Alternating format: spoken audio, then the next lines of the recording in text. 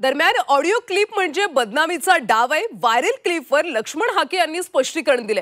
काही केलं तरी ओबीसींचा लढा सुरूच राहणार, कुणाकडूनही पैसे घेतले नसल्याचं स्पष्टीकरण त्यांनी दिले।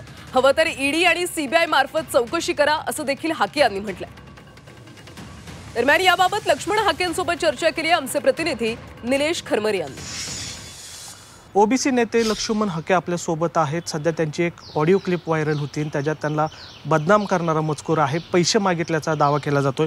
नेमकं यावर त्यांचं मत काय? सर, त्या ऑडिओ क्लिपबद्दल तुमचं काय मत आहे? हे बघा, हा ऑडिओ क्लिप म्हणजे लक्ष्मण हाकेची वारंवार केली जाणारी बदनामी। लक्ष्मण हाकेनं त्या व्यक्तीला फोन केला नाही, त्या व्यक्तीनं लक्ष्मण हाकेला फोन केला की बाबा तुम्ही एवढं आंदोलन उभं करताय, एवढी चळवळ उभी करताय, आम्हाला तुम्हाला मदत करायची आहे, गुगल पे फोनपे नंबर द्या।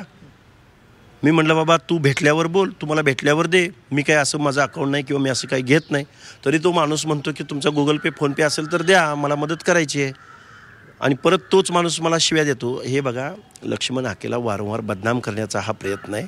याच्या पलीकडे या क्लिपला मी महत्त्व देत नाही। आणि जर कुणाला महत्त्वपूर्ण वाटत असेल त्यांनी माझ्यावर केस दाखल करावी, कारण दोन्ही नंबर आहे त्यांच्याकडं, त्याच्यातून काय ट्रान्झॅक्शन झालं असेल, काय पैसे मिळाले असतील, तसं काय दिसलं तर ईडी लावा, सीबीआय लावा, मला तुरुंगात टाका, पण ओबीसीची चळवळ थांबणार नाही, हे मी जबाबदारीनं सांगेन। व्हिडिओ जर्नलिस्ट विके कांबळेसह निलेश खरमरे, झी मीडिया, पुणे।